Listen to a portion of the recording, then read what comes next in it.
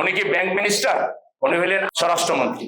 ওনার আইন শৃঙ্খলা নিয়ে কোনো খবর নাই। শিশু হত্যা হচ্ছে, নারী ধর্ষণ হচ্ছে, রামিসা এবং বিভিন্ন জায়গায় দুর্ঘটনা করে খবর নাই। উনি একটা ভাষণ দিলেন সম্পূর্ণ অসত্যের উপরে ভিত্তি করে, যে আমরা নিজেরা ফিল্ডের থেকে চাঁদাবাজদেরকে পুলিশের হাতে ধরিয়ে দিই। সরকার যদি ব্যর্থ হয় তাহলে আমরা ফিল্ডে নামতে বাধ্য।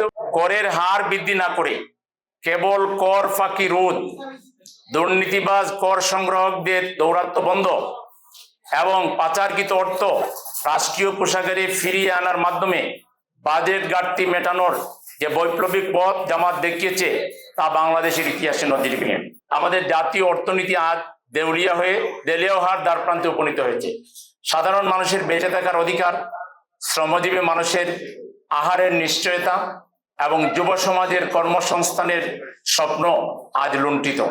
করের হার বৃদ্ধি না করে কেবল কর ফাঁকি রোধ, দুর্নীতিবাজ কর সংগ্রাহকদের দৌরাত্ম্য বন্ধ এবং পাচারকৃত অর্থ রাষ্ট্রীয় কোষাগারে ফিরিয়ে আনার মাধ্যমে বাজেট ঘাটতি মেটানোর যে বৈপ্লবিক পথ জামাত দেখিয়েছে তা বাংলাদেশের ইতিহাসে নজিরবিহীন। ওনারা কত ভালো দিক করতে পারবেন, রাষ্ট্রীয় ক্ষমতায় থেকে মিথ্যাচার করতেছে।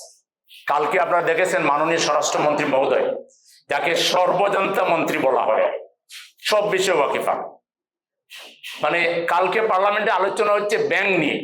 উনি কি ব্যাংক মিনিস্টার? উনি হলেন স্বরাষ্ট্রমন্ত্রী। ওনার আইন শৃঙ্খলা নিয়ে কোনো খবর নাই। শিশু হত্যা হচ্ছে, নারী ধর্ষণ হচ্ছে, রামিসা এবং বিভিন্ন জায়গায় দুর্ঘটনা করে খবর নাই।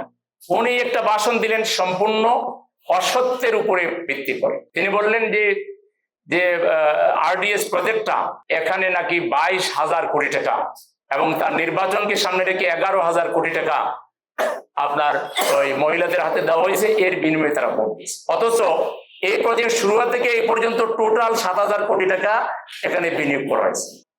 আর উনি একবারেই 11,000 কোটি টাকা আর টোটাল 22,000 কোটি টাকা। কোথায় 7,000 আর কোথায় 22,000? একজন মন্ত্রী যদি এরকম কথা বলে তাইলে এই জাতি কি পাবে, কি আশা করতে পারে?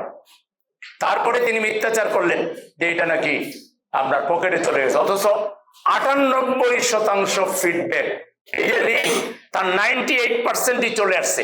তাইলে পকেটে গেল কোথায়? যে আজকে যে জলাবদ্ধতা, ড্রেনেজ নির্মাণের যে অপরিপক্কতা এবং দুর্নীতির মাধ্যমে টাকা লুটপাট করে যেন তেনভাবে ড্রেনেজ নির্মাণ করে এগুলোকে আধুনিকায়ন করতে হবে, এক্সপার্টদের সাথে বসতে হবে, দেশি বিদেশি এক্সপার্টদের সাথে বসতে হবে। সরকার ফেলিওর হয়, আমি আপনাদেরকে আশ্বাস দিচ্ছি সাংবাদিকদের মাধ্যমে, আমরা বিকল্প ব্যবস্থাপনা দেব, যে আমরা নিজেরা ফিল্ডের থেকে চাঁদাবাজদেরকে পুলিশের হাতে ধরিয়ে দেব। সরকার যদি ব্যর্থ হয় তাহলে আমরা ফিল্ডে নামতে বাধ্য হবো। আপনারা সামনে থাকবেন, আপনারা দেখবেন যে আমরা কট করতেছি আর প্রশাসনের হাতে তুলে দিচ্ছি। সেই দিন আসার আগে সরকার তার পরিস্থিতি সামাল দিক, আগেই আমরা সরকারের কাছে সেটাই দাবি জানাই। সরকার কোথায় ভুল করছে, আমরা কোথায় সঠিক পথ রেখা দিয়েছি, সংসদে সেটা করবে, ঠিক আছে? এই জন্য বাজেটে তো আমরা আগে দিলাম, এমন তো না যে সরকার দেওয়ার পরে আমরা দিচ্ছি। আমরা দিয়েছি, সরকার যেন এখান থেকে নিতে পারে। আমাদের ক্রেডিট নেওয়ার টার্গেট না, আমাদের টার্গেট হলো বাজেটটা নির্ভুল হোক, জনবান্ধব হোক। এই জন্য আমরা আগে দিই, সরকারকে সাহায্য করলাম, দেশবাসীকে সাহায্য করলাম।